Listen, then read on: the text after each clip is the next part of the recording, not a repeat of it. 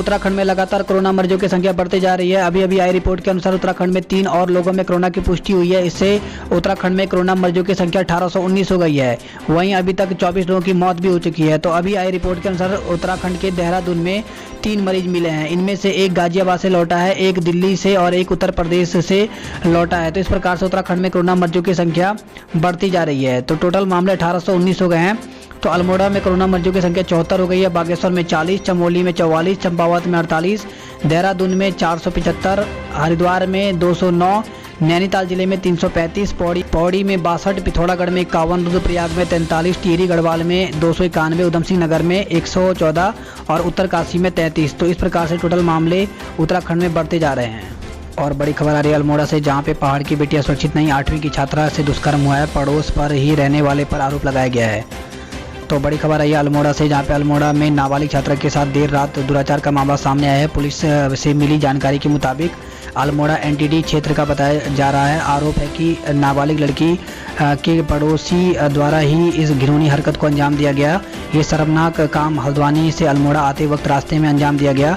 आरोपी व्यक्ति की उम्र 58 साल बताई जा रही है और वहीं बालिका 8 में पढ़ती है। खबर है कि बीते रोज नगर क्षेत्र का एक व्यक्ति किसी काम के लिए हल्द्वानी जा रहा था। इस बीच पड़ोसी लड़की को भी किसी काम से भीमताल जाना था। आरोपी ने नाबालिग और उसके घर वालों को भरोसे में लिया और अपनी गाड़ी में लेकिन वापस लौटते वक्त आरोपित ने पीड़िता के साथ नैनीताल जिले के खैरना के पास दुराचार किया।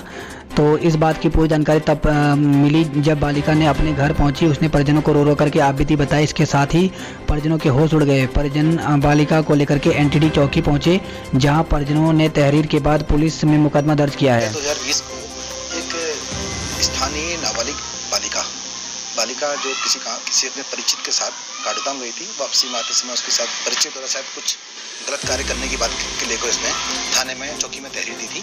तो जिसपे जो है नियमानुसार एफआईआर दर्ज कर ली गई है, क्योंकि घटनास्थल जो है जनपद नैनीताल क्षेत्र में पड़ता है। तो इसको अभियुक्त को वहाँ ट्रांसफर किया जा रहा है। हाँ, पीड़िता का मेडिकल कराया जा चुका है और पॉक्सो अधिनियम में किया गया है। आरोपी अभी क्योंकि व्यवस्था ट्रांसफर हो रही है, अग्रिम कार्रवाई जनपद नैनीताल से अपेक्षित है। तो उत्तराखंड के टिहरी से बड़ी खबर है, जहां पे गहरी खाई में कार गिरी है। हादसे में 2 युवकों की दर्दनाक मौत हो गई है। तो रविवार शाम उत्तराखंड में टिहरी में दर्दनाक हादसा हो गया। यहां भिलंगना ब्लॉक के सौंप सीताकोट मोटर मार्ग पर एक कार दुर्घटनाग्रस्त हो गई। इस हादसे में 2 युवकों की दर्दनाक मौत हो गई। कार सड़क से करीब 300 मीटर गहरी खाई में गिरी है, जिससे कार के परखच्चे उड़ गए। जानकारी के अनुसार कार संख्या PB07BQ 5705 सौंप गांव के पास अनियंत्रित होकर के दुर्घटनाग्रस्त हुई।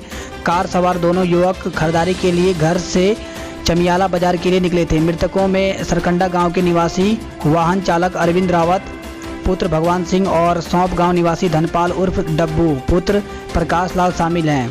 मृतकों का पंचनामा भर करके शव पोस्टमार्टम के लिए जिला चिकित्सालय बेराड़ी भेजे गए हैं। बताया जा रहा है कि मृतक धनपाल पंजाब के होटल में नौकरी करता था, वहीं अरविंद रावत घनसाली में वाहन चालक का काम करता था। और इससे बड़ी खबर आ रही है उत्तराखंड से, जहां पे ONGC अस्पताल के सीनियर डॉक्टर में कोरोना की पुष्टि हुई है।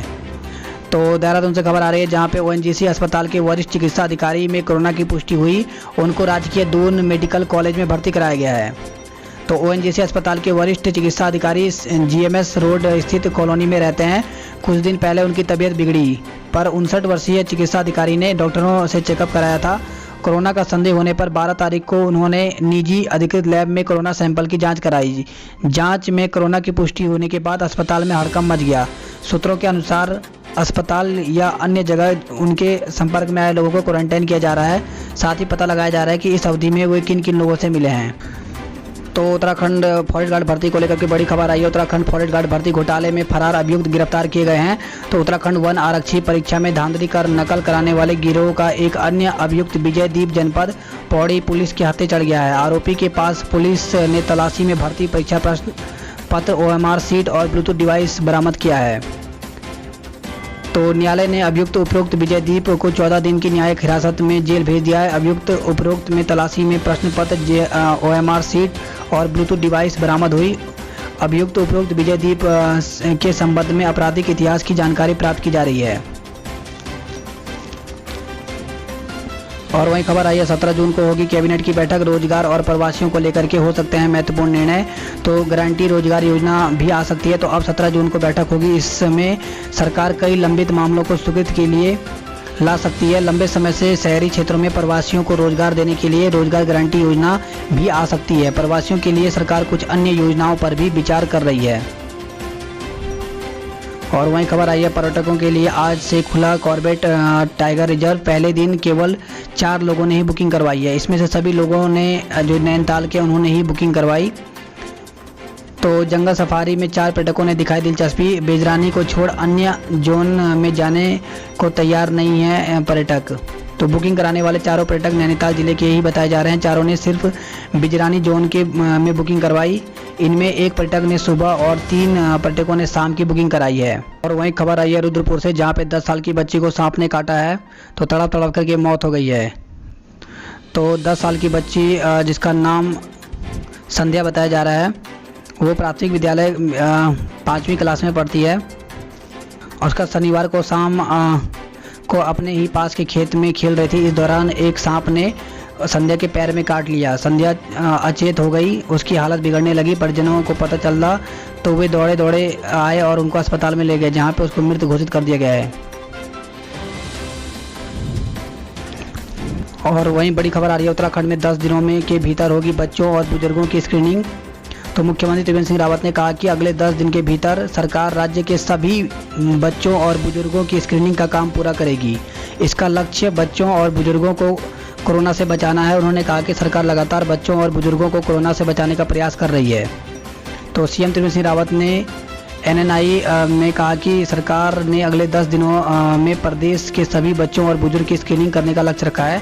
दरअसल कोरोना से सबसे ज़्यादा खतरा बच्चों और बुजुर्गों को होता है। ऐसे में सरकार ने एहतियातन ये कदम उठाए हैं। और वहीं उत्तराखंड में आज जगह जगह बारिश हुई है, जिससे गर्मी से लोगों को राहत मिली है। और इस खबर आई है हरिद्वार से, जहाँ पे सप्तऋषि में फक्कड़ बाबा की लाठी डंडों से पीड़ित हत्या की गई है। पुलिस ने 3 लोगों को हिरासत में लिया है। और इस खबर आई है उत्तराखंड प्रशासन ने पूर्व मुख्यमंत्री हरीश रावत को 21 दिन के लिए क्वारंटाइन किया है। तो पूर्व मुख्यमंत्री हरीश रावत को 21 दिन के लिए क्वारंटाइन किया गया है। हरदा ने कहा कि मैंने भी निर्णय लिया है कि मैं देहरादून प्रशासन के साथ पूरा सहयोग करूंगा। तो वहीं उन्होंने अपने ट्विटर पर भी ट्वीट करके कहा है कि दोस्तों, आपका सामीप्य पाने के लिए मैं देहरादून तो पहुंच गया। प्रशासन ने मुझे 21 दिन के लिए सख्त क्वारंटाइन के नियमों का पालन करने के लिए कहा है और मैं पालन करूंगा। क्वारंटाइन के बाद ही आप और हम निकट से सोशल डिस्टेंसिंग के साथ एक दूसरे से मिल पाएंगे। तब तक मोबाइल से ही यहाँ पे बात होगी। तो इस प्रकार से यहाँ पे उन्होंने ट्वीट कहा है। और वहीं खबर आई है मुख्यमंत्री त्रिवेंद्र सिंह रावत ने अभिनेता सुशांत सिंह राजपूत के निधन पर शोक जताया है। तो मुख्यमंत्री त्रिवेंद्र सिंह रावत ने टीवी अभिनेता सुशांत सिंह राजपूत के आकस्मिक निधन पर गहरा शोक जताया है। मुख्यमंत्री ने कहा कि सुशांत सिंह ने अपनी अभिनय क्षमता से फिल्म जगत में एक मुकाम हासिल किया था। उन्होंने उत्तराखंड में भी शूटिंग की थी।